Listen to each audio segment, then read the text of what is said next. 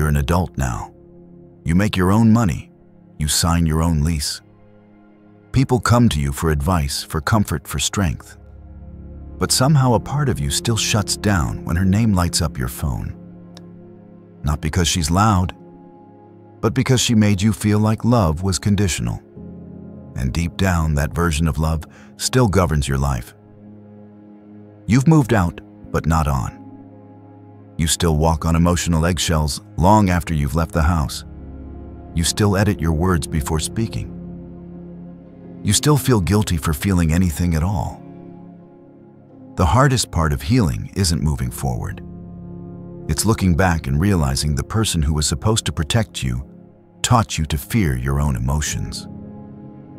This is not about blame. It's about recognition. And for many of us, that unconscious shadow is the mother we're still trying to please, impress, or avoid decades later. You don't heal by pretending it didn't matter. You heal by telling the truth about what it cost. What if the reason you don't feel safe in love is because you learned that needing too much meant being difficult? What if your anxiety isn't from adulthood stress, but from years of being emotionally neglected and calling it normal? What if the reason you feel selfish when setting boundaries is because you were raised to believe your worth depended on compliance? These aren't hypothetical questions. These are patterns. And they're not going anywhere until you stop pretending they don't exist. The Stoics taught us that freedom begins with confronting what we fear. Marcus Aurelius wrote, "You have power over your mind, not outside events." Realize this, and you will find strength. The past is outside your control. But the story you tell about it, that's where your power begins. In this series, we'll walk through what happens when adults carry unresolved childhood wounds, especially from a mother whose love felt like performance review instead of refuge. We'll show how emotional patterns formed in childhood are still playing out in your relationships, your perfectionism, your fear of conflict, and your silence. And we'll use the clarity of Stoic thought and the brutally honest lens of Jordan Peterson to face what was never safe to say out loud. At Victory Stoic, we aren't here to give comfort. We're here to give you the words you didn't know you were allowed to speak. Like this video if you've ever felt this silence. Share it with someone still carrying wounds in adult clothing. Subscribe to Victory Stoic. We're building a new kind of library, one that fuses philosophy with psychology and clarity with courage. Comment 1 if this theme resonates. Comment 0 if you're not there yet. Both answers help us know where you stand. Or share your truth. Even one sentence can crack the surface. Because this isn't about blaming your mother. It's about breaking the contract that says you're not allowed to feel what she didn't validate. Number 1, you fear their anger because her silence meant you'd be left. You were only a child, but you remember the silence more than the shouting. When she was upset, she didn't explain. She withdrew, eyes cold, voice gone. You didn't know what you did wrong, only that love had left the room. That silence wrapped around your chest like a rope, and you learned to fear it more than any punishment. Because in a child's mind, silence means exile. And when your mother stops speaking, you believe you might cease to exist. So you learned to apologize before you understood why. You learned to scan faces for tension. You learned to smile, to tiptoe, to make yourself smaller. And now you're grown, but you still flinch at disapproval. You still explain yourself too much. You still feel like safety depends on someone else's mood. This isn't personality, it's programming. Psychologists call it fawn response, a trauma pattern, where survival depends on appeasing others. Dr. Pete Walker defines it as a learned behavior in children raised in unpredictable, emotional environments. You don't fight, you don't flee, you please. Not because you're kind, but because pleasing felt like the only way to avoid emotional abandonment. Jordan Peterson puts it bluntly, if you spend your life trying to avoid conflict, you guarantee yourself a life dominated by resentment. But this isn't about confrontation. It's about how the child inside you still assumes that conflict equals disconnection, so you avoid it. At work, in love, in friendships. You fold too fast. You agree too quickly. You let things slide that eat you alive at night. Take Amanda, 31, a project manager in Boston. She's competent, calm, and well-liked. But she can't sleep when someone's disappointed in her. If a friend sends a cold text, she spirals. If her manager gives vague feedback, she replays it for hours. She double texts, over-apologizes, says yes to things she doesn't have time for. Her boyfriend once told her, "You say sorry like you owe the world something." But Amanda's not weak. She's carrying a rule that was wired into her by the quietest voice she ever feared, her mother's absence. Marcus Aurelius once said, "Do not waste what remains of your life in speculating about your neighbors. Instead, be concerned with how you may avoid being moved by them." But that's hard when your nervous system still thinks emotional withdrawal equals danger. You're not reacting to today. You're reacting to the version of you that learned love disappears when you displease. This kind of wound doesn't leave bruises. It leaves behavior. You become hyper-vigilant. You anticipate needs before they're spoken. You suppress your own. You shrink to fit the emotional temperature of others. And somewhere along the way, you lose the ability to tell if you're being kind or just trying to not be abandoned. Neuroscience backs this. A 2009 study from the University of Wisconsin found that children raised in emotionally unpredictable households show higher activity in the amygdala, the brain's fear center, even in adulthood. Your brain isn't broken. It's just still scanning the room for the look that meant silence was coming. And silence meant you messed up, and messing up meant you are alone. So how do you break it? First, name it. Every time you feel the urge to fix someone's mood, pause and ask, "Is this mine?" You'll be shocked how often the answer is no. You're just slipping into an old reflex. Awareness is step one. Second, practice discomfort tolerance. Let someone be slightly disappointed. Don't chase their approval. Don't send that follow-up apology text. Let the silence sit. This is reprogramming. It's not dramatic. It's muscle building. And it teaches your body that discomfort is not the end of love. Peterson again. To stand up straight with your shoulders back is to accept the terrible responsibility of life. That means you don't contort yourself to keep others calm. You let them feel what they feel without making yourself their emotional sponge. That's what it means to stand upright inside your own skin.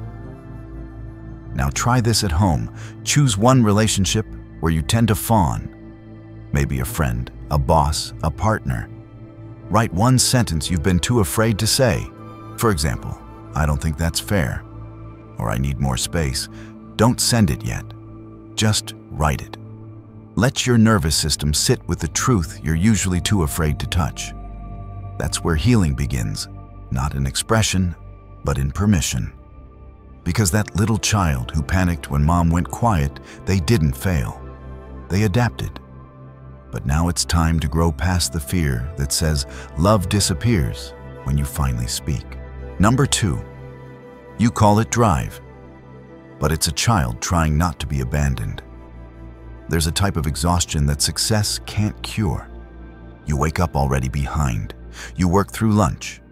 You say yes to one more project, one more shift, one more request, just to avoid the terrifying feeling that if you stop moving, everything will collapse. And the worst part, no one sees this panic. They only see your productivity, your discipline, your ambition. But beneath all that, a child still terrified, they'll lose love if they ever become too still. You don't work this hard because you're inspired. You work this hard because you're afraid. Somewhere long ago, you learned that rest equals rejection. That slowing down meant losing your place in someone's heart. You weren't praised for existing. You were praised for performing. And now, decades later, the applause is gone, but the pressure is permanent.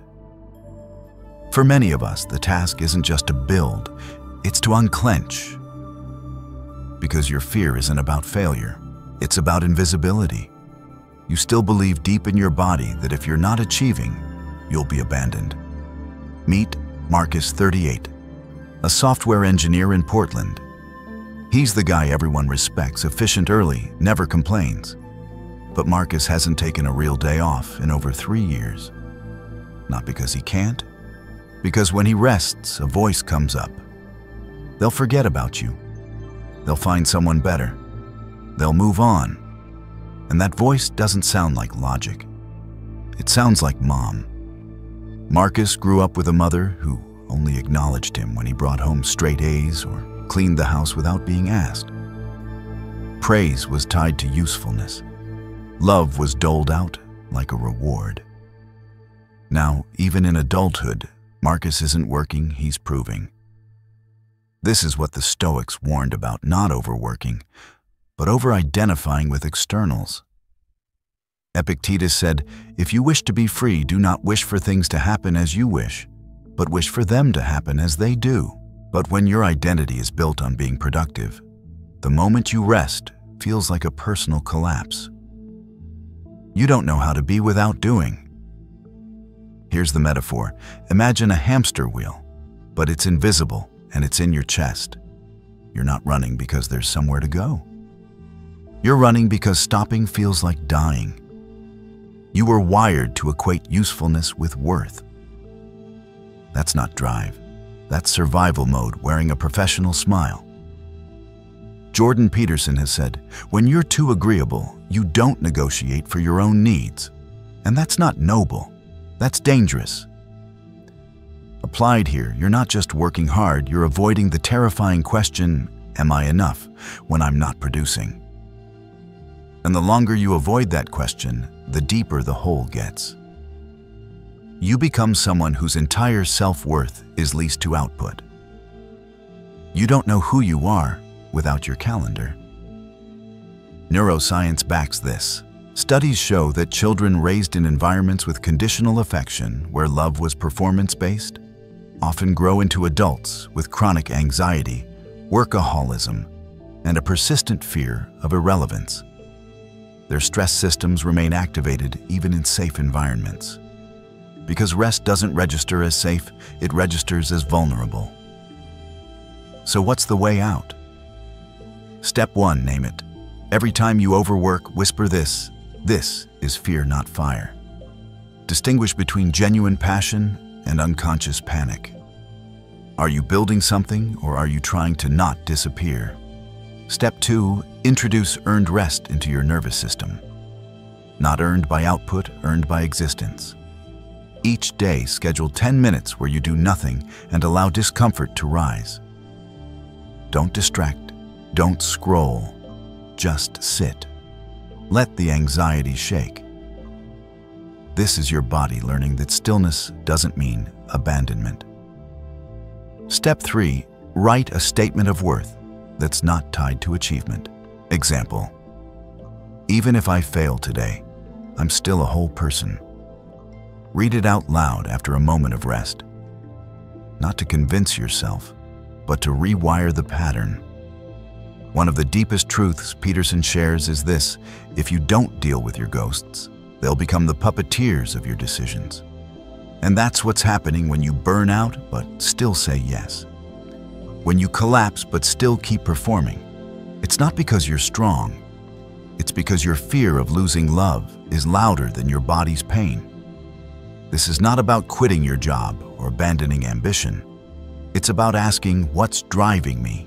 Is it vision, or is it the echo of a childhood silence I've never confronted? Because here's the truth, no one wants to say some of the most accomplished people are secretly the most afraid. Afraid of being unchosen, afraid of being ordinary, afraid of being forgotten. Your healing doesn't begin when you finish one more task. It begins when you ask, what would I do today if I already mattered? If this cuts close, leave one sentence. What are you trying to earn through your effort? What would it mean to stop because the child who worked so hard to be seen? They're tired. They've done enough. Now it's time to rest, not because you finished, but because you were always enough to begin with. Number 3, you chase cold love because you think warmth must be earned. You're not drawn to them because they're good for you. You're drawn to them because they feel familiar. They don't answer right away. They withhold. They keep you guessing. And that guessing game hits like home, not because it's safe, but because it reminds you of the first love you had to work for hers. You mistake indifference for strength, distance for depth. You say you like mystery, but what you're really chasing is a feeling you know too well, trying to be enough for someone who won't reach back. The more they pull away, the more you lean in. The colder they get, the more you burn. This isn't passion. This is your nervous system replaying its first blueprint. If I try harder, maybe they'll finally choose me. Psychologists call it anxious attachment. You feel intense connection, but only when the other person is emotionally unavailable. Because that's what love felt like growing up. Not steady, not safe, but uncertain, conditional, earned. If your mother gave affection only when you pleased her, impressed her, obeyed her, then love became a prize, not a place. Jordan Peterson says, we are often unconsciously drawn to what is familiar, not what is healthy. And the hardest part, familiar pain feels honest. Healthy connection feels suspicious. So when someone shows you consistent love, it feels fake. But when someone treats you like an afterthought, your whole being lights up in pursuit. Not because they're special, but because your inner child is still trying to win back a mother who never fully showed up. Let's talk about Claire, 29, from Austin. She's smart, emotionally aware, and deeply loving. But she keeps falling for the same kind of man, distant, moody, unpredictable. When he forgets to text, she justifies it. When he avoids conversations, she adapts. He's just complicated, she says. But the truth, she's addicted to proving her worth to people who never ask her to. Because as a child, love meant proving, earning, trying not to be too much, trying not to ask for too much. So now indifference doesn't repel her, it activates her. This is where Stoicism offers something radical. Not detachment from love, but detachment from illusion. Epictetus wrote, "Freedom is the only worthy goal in life. It is won by disregarding things that lie beyond our control. The love you never received as a child. That's beyond your control. Trying to recreate it with emotionally unavailable adults won't heal you, it'll exhaust you. Imagine it this way. You're standing in front of a locked door. You keep knocking. You keep dressing differently, speaking more carefully, doing more. But the door never opens. And the longer it stays closed, the more convinced you are that the problem is you. You don't leave, you just knock harder. That's not love. That's trauma reenactment. You've mistaken the door for destiny. Peterson reminds us the patterns we repeat are the stories we refuse to edit. If your story is, I must work to be chosen, then every cold partner becomes a stage for that same drama. But healing means rewriting the role. It means asking, what would I do if I believed I was already enough, even when they're silent? Here's a simple but sharp practice next time you feel pulled towards someone who keeps you guessing. Pause. Don't act. Just observe. Ask yourself, do I feel loved or just triggered? If it's the latter, step back. Create a new rule. If I have to chase it, it's not love, it's memory. Write that sentence. Put it on your phone screen for a week. Watch how many things lose their pull when you name them for what they are. And let's be honest, this isn't just about romance. It's in your friendships, your workplace. You keep choosing people who make you feel like you have to audition for acceptance. And every time you call it chemistry. But it's not chemistry. It's chemistry reacting to a wound. The Stoics teach us to act with reason, not reflex. Marcus Aurelius wrote, "The things you think about determine the quality of your mind." So think about this. If love isn't steady, is it still love? If you only feel alive when you're anxious, is that love or addiction? You don't have to chase anymore. You don't have to earn what should be given freely. You are allowed to be loved without proving anything. That is the truth that will feel foreign at first. Because your nervous system was built in a storm, peace will seem like a lie. But stay with it. Let it rewrite you. Try this. Identify one person in your life who makes you feel calm, not chaotic. Spend more time with them. Not to get something, just to feel the difference. Your body needs to experience safe connection to believe it exists. That's the real healing. Not in talking it out, in living the opposite pattern. And if you're still here, if this landed hard, comment 3 below. It tells us this is your pattern too. That you're ready to see it. That you're done calling survival love. Because you're not hard to love. You were just taught that love has to hurt first. It doesn't. Not anymore. Number 4. You second-guess everything because she was the original judge, jury, and executioner. You order a sandwich and immediately wonder if it was the wrong one. You get excited about a new idea, then ask 3 people if it's actually good. You send a text and reread it 7 times, then panic 5 minutes later because maybe the period at the end sounded too cold. You think you're being careful. You're not. You've just spent your whole life trying to dodge a voice that once came from her lips but now lives in your head. Every decision is a courtroom. You are both defendant and defense attorney. She, your mother, is the judge. And not just any judge. She's the kind that squints from the bench size before you speak and somehow always knows how to make "I'm proud of you" sound like a warning. You don't struggle with confidence. You struggle with permission. Because growing up, every time you had an instinct, she had an opinion. Every time you made a move, she had a correction. You didn't get to live your life.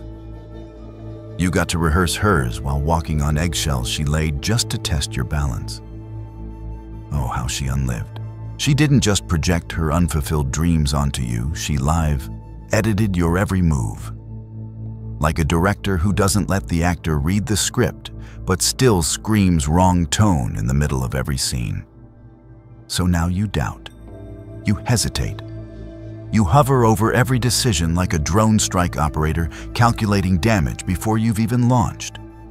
Should you move, change careers, wear that color, date that person? There's no excitement, only contingency planning. Not because life is uncertain, but because you were raised to believe that your gut is suspicious and your voice needs supervision. Meet Darren, 35, from Chicago. Every time he's offered a new opportunity, he calls 3 friends Googles obsessively and consults a life coach twice. He's successful on paper, but panics every time he's praised because what if they find out I'm just guessing? When asked what he wants, he responds with, "Well, what do you think makes sense?"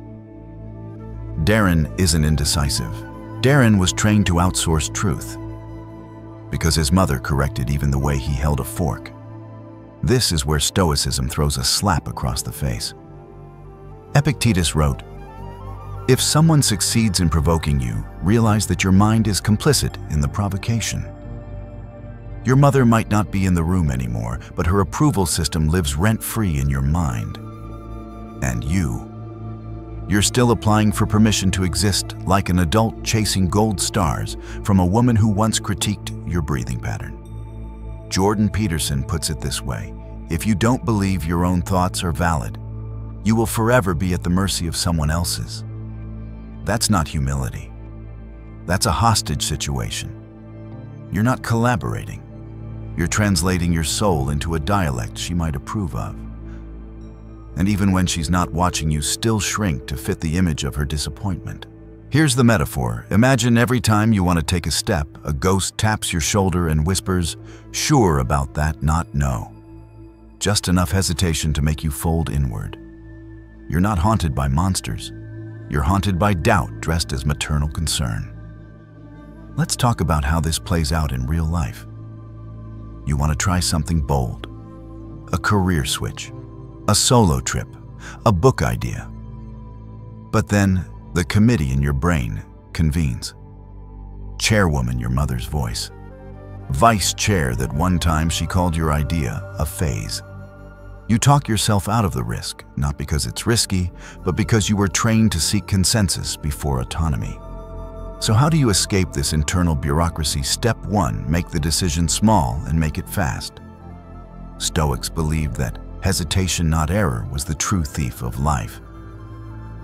You want the blue shirt? Wear the damn blue shirt. Feel the discomfort. Let the voice rise. Then walk out the door anyway. Call it exposure therapy for the overparented. Step 2, write a decision declaration once a week. One choice, one sentence. I chose this, and I will not apologize for it. Read it aloud.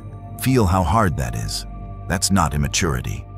That's a detox from decades of being micromanaged into mental dependence. Step 3, create a bad decision ritual. Once a month, intentionally make a tiny, silly, non-catastrophic bad choice. Order the wrong coffee. Wear something mismatched. Forget to ask someone's opinion. Then live. Feel the world not end. Feel your spine survive it. This is your nervous system unlearning maternal surveillance. Here's a brutal truth from Peterson. You must develop your own voice, or someone else will use yours for their story. And if that doesn't sting, it should. Because you've spent your life being a footnote in a narrative you never agreed to star in. You were cast as the child who listens when you were supposed to be the adult who leads. You don't need another opinion. You need to survive your own. And yes, at first it will feel like betrayal. Because every time you assert yourself, that inner child hears the familiar gasp, "Are you really going to do that?" And to that child you say out loud, if you have to, "Yes, and I'm allowed to." Because that second guessing isn't responsibility. It's residue. And your life is waiting for you to finally press confirm. Number 5. You mistake kindness for danger because you were raised to brace for impact. They say something nice to you, and your first instinct is to flinch. Not outwardly, you've learned to smile and nod. But inside your gut tightens. You wonder what they want, what they'll take, what's coming next. Because somewhere along the way, you learned kindness always comes with a price. When you were young, kindness wasn't safe. It was followed by silence, withdrawal, a sharp tone, or a list of things you didn't do right after the hug. The warmth you got was unpredictable, conditional, sometimes performative. So now as an adult, when someone offers you affection or gentleness, your system doesn't interpret it as comfort. It interprets it as a trick. This isn't you being ungrateful. It's you being trained. Raised not to receive love, but to brace for its collapse. And now, real care confuses you. Peace feels suspicious. A stable, loving relationship feels unnatural.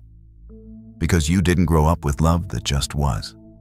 You grew up with love that arrived only if.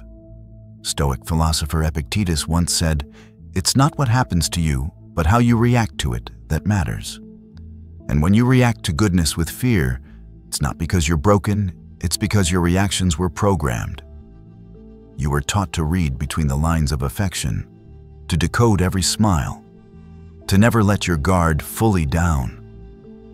Because back then, letting it down meant you'd get hurt. Take Lauren, 30, from Raleigh. She's independent, thoughtful, capable. But when her boyfriend texts, "I'm proud of you," she gets uncomfortable. When friends throw her a surprise dinner, she says thank you and feels the urge to cancel the next hangout. She tells herself she doesn't want to be the center of attention. But the truth, attention never felt safe. Love never arrived without strings. She doesn't reject kindness because she doesn't want it. She rejects it because she never learned how to believe it. This is why consistent care makes you uneasy. It feels like something is off. You expect them to change, suddenly criticize you later, or use their kindness against you. So you pull back, not because they're harmful, but because you're defending against an injury that's already happened, just in another room, another year, another house that smelled like yours. Jordan Peterson once said, "If you cannot accept love, you will remain alone, not because no one loves you, but because you will push it away, not to punish them, to protect yourself." Because love is vulnerable. It invites exposure. And if exposure once brought pain, even the possibility of tenderness now feels like walking into a trap. Here's the image. Imagine someone hands you a warm coat after years of living in winter. You want to wear it, but something in you says it might disappear, that it's not yours, that it'll be taken when you need it most. So you hold it, inspect it, delay putting it on. That's what kindness feels like when you've survived on emotional survival. But not all coats are traps. Some are just coats. And not all kindness is manipulation. Some is simply care. So how do you begin to accept it? Step 1, name it. When someone offers you affection, say in your head, "This is not a trick. This is just care." Remind yourself that not everyone operates like the environment you came from. You are allowed to receive without owing. Step 2, practice micro-acceptance. The next time someone compliments you, don't deflect, don't joke, just say thank you. Let it land. Let the discomfort rise. Let it not mean more than it is. Step 3, reflect. At the end of the day, write down 3 moments someone was kind to you. Not big dramatic moments, just small things. A held door, a warm tone, a friend checking in. This isn't sentimentality, it's nervous system retraining. And understand this, the reason you freeze at real care isn't because you're damaged. It's because once upon a time, you had to develop a radar for danger disguised as love. That radar helped you survive. But now it misfires. It treats good people like threats and keeps your heart in quarantine. Marcus Aurelius once wrote, "Nowhere can man find a quieter or more untroubled retreat than in his own soul." But if your soul doesn't know rest, if it only knows scanning and suspicion, then love will always feel like war. You don't have to fight anymore. Not every kind voice is a countdown. Not every hand reaching for you is setting you up to fall. Some people show up and stay. Some people give without taking. And yes, it may take time for your body to believe that. But start now. Let one moment of care reach you without armor. Let it feel strange. Let it feel soft. You're not weak for wanting it. You're not wrong for fearing it. You're just learning what safety feels like when you've never known it before. Because not everyone who holds you wants to hurt you. And not every kind gesture is a mask for pain. Sometimes love is just love, and you're allowed to let it in. Number 6, you swore you'd never be like her, but you're loving exactly the way she did. You promised yourself you wouldn't turn into her. You swore it in silence as a kid hiding in your room, hearing her words echo through walls like alarms. You told yourself, "I'll be different, kinder, softer, safer." But now you're here, grown aware, independent, and somehow you still hear her voice come out of your mouth. Not in moments of peace, but in conflict. When you're tired. When you're afraid. When someone gets too close. You tell people you don't want to control them, then shut down when they don't do things your way. You say you value openness, but punish vulnerability with coldness. You crave intimacy but retreat the moment someone sees the real you. And the most painful part, you know it. You see it. You hate it. But you don't know how to stop. Because no one ever taught you a different way to love. Your mother taught you what love looked like. Not with lectures, but with tone patterns, silence. If she loved by withdrawing you, learned that distance is safety. If she loved by controlling you, learned that affection must come with rules. If she loved by criticizing you, internalize that care means correction. You weren't handed tools, you were handed reflexes. And now you're living by reflex, not intention. Marcus Aurelius once wrote, "The soul becomes dyed with the color of its thoughts." And your thoughts, your instincts around love and connection were dyed early. Dyed with survival. Dyed with shame. Dyed with emotional blueprints that taught you to defend first, then feel. To manage, not connect. Take Olivia, 33, from Denver. She grew up with a mother who micromanaged everything: outfits, meals, feelings. As a child, Olivia rebelled quietly. She journaled about how she'd never treat her kids, her partner, her friends that way. Fast forward, she's now in a relationship where she needs to know where her partner is at all times. She calls it communication. But really, it's anxiety in disguise.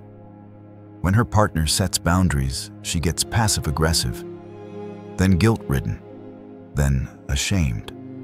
And she tells herself, "I'm just like her." But Olivia isn't malicious. She's repeating what was modeled. Because our defaults don't come from who we want to be.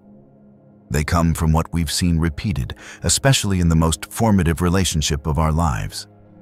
Jordan Peterson says, "You don't rise above what you don't understand. You replicate it. You can't escape a pattern by rejecting it. You escape it by seeing it clearly, naming it, and practicing something foreign." And if emotional manipulation was once labeled love, then honesty and softness will feel awkward at first, even wrong. Here's the metaphor. Imagine you were taught to dance in the dark. You learned to memorize steps without music, without flow, just rules, rigidity, tension.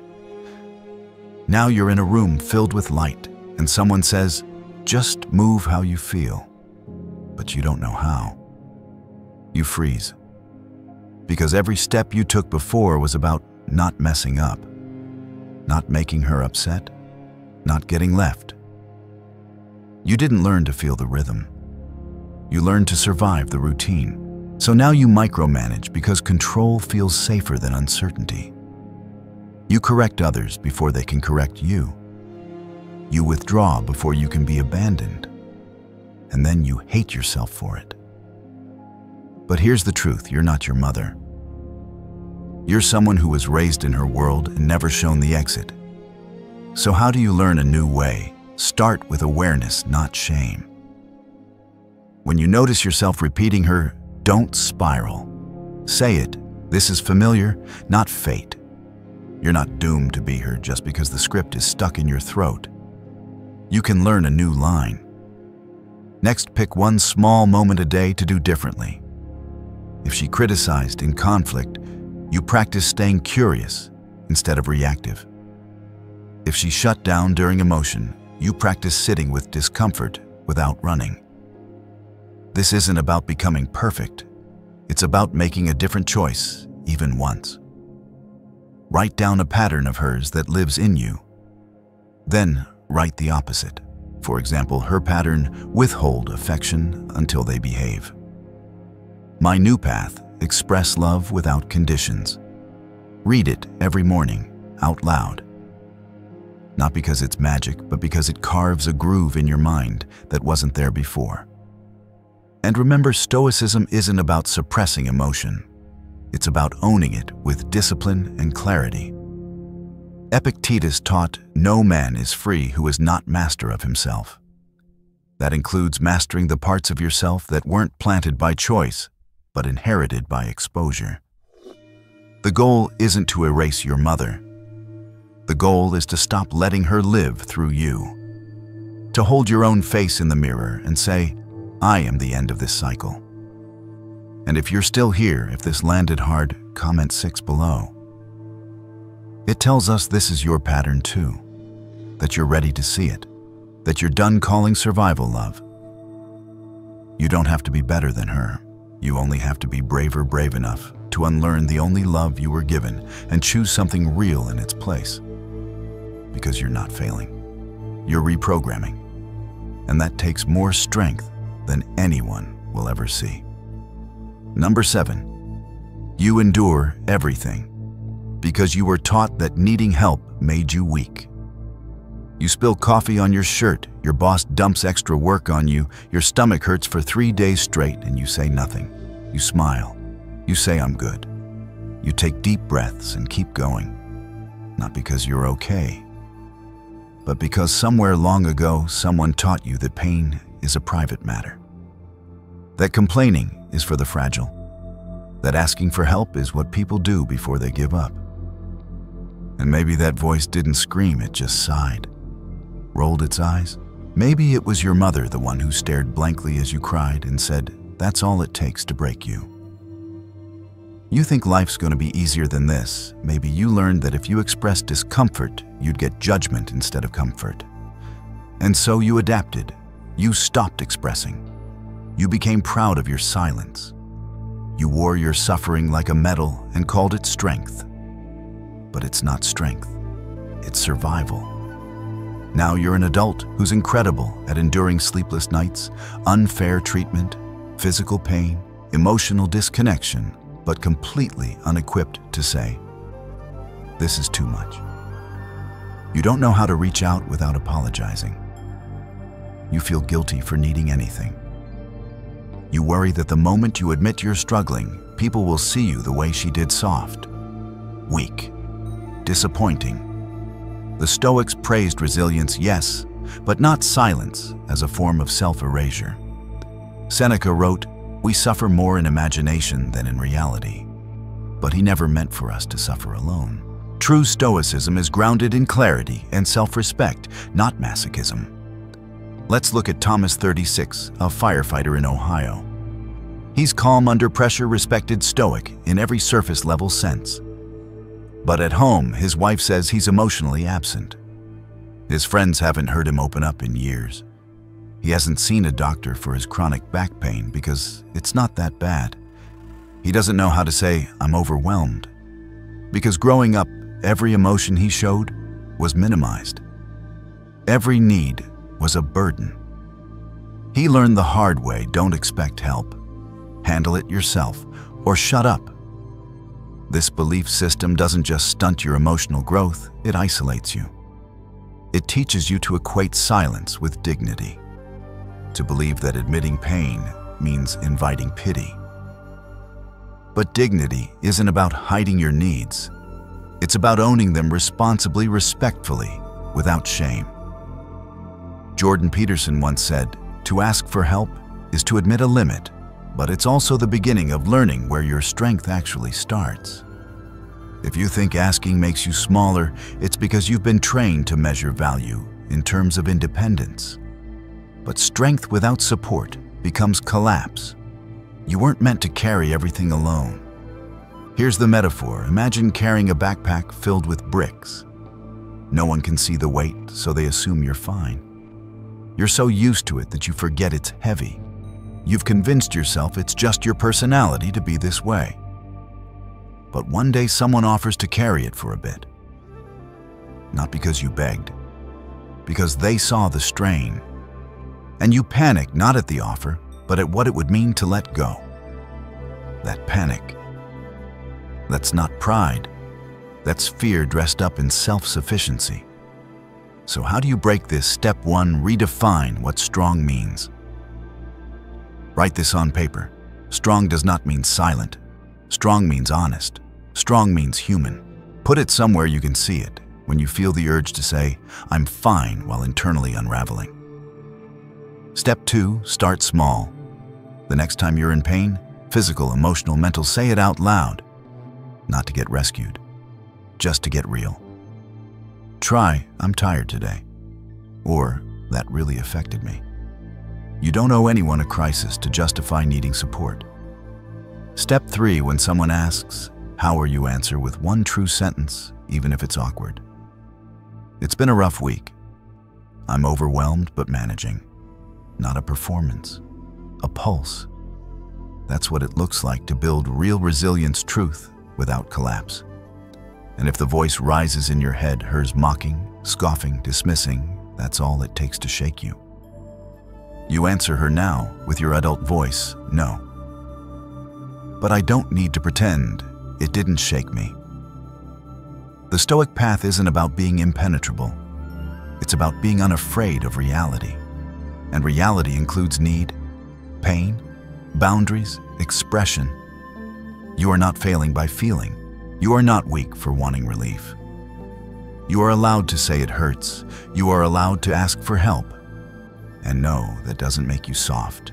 It makes you free. Number 8, you think you're too sensitive. Because no one ever validated that you felt at all. You cry and immediately feel embarrassed. You get upset and apologize before anyone else even responds. You feel something deeply, and your instinct is to hide it, mock it, or kill it before it makes you look weak. Somewhere along the line, you stopped asking if your feelings were true and started asking if they were inconvenient. Because growing up, the message was loud and clear. Feeling too much meant you were too much. Your sadness was dismissed. Your anger was punished. Your joy was a bit much.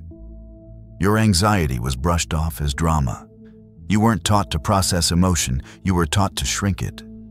And now, as an adult, every time your feelings rise, your body panics, like you're about to cause a scene. This isn't emotional instability. It's emotional neglect repackaged as self-doubt. You flinch at your own humanity, not because you're broken, but because it was never mirrored back to you as normal. You were told directly or silently, you're too sensitive. Toughen up. So you did. You stopped crying. You swallowed your needs. You laughed at your own pain so no one else could get there first. You made jokes like shields and silence like armor. And now you call it maturity. But really it's a form of exile. Seneca once wrote, "What need is there to weep over parts of life?" The whole of it calls for tears. Stoicism was never about numbing. It was about recognizing truth without being consumed by it. And the truth is, your sensitivity was never a weakness. It was just too loud for a room that only respected silence. Take Devin, 31, a marketing director in San Diego. He's the chill guy at work, always collected, easygoing, but he has panic attacks in private. He can't stand conflict, even minor disagreements. He avoids dating because he's terrified of being misunderstood. His partner once told him, "You never let me in, even when you're hurting." But Devin doesn't know how, because as a child his mom rolled her eyes when he cried, called him dramatic, told him to be a man. So now anytime he feels anything, he translates it into silence or shame. Jordan Peterson warns, if you can't articulate your suffering, you will become possessed by it. When you silence your pain, it doesn't vanish, it leaks. Through passive aggression, through numbing, through anxiety that feels random but isn't. It's your inner world trying to scream through the cracks of your repression. And it's not just about expressing emotion. It's about believing you're allowed to have them in the first place. That your experience doesn't need permission to be real. That tears don't make you weak. That being moved by the world doesn't mean the world will crush you. Here's the metaphor. Imagine you've been told your whole life that a fire alarm going off means you're overreacting.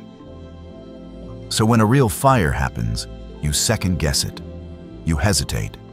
You stand still hoping the alarm will stop.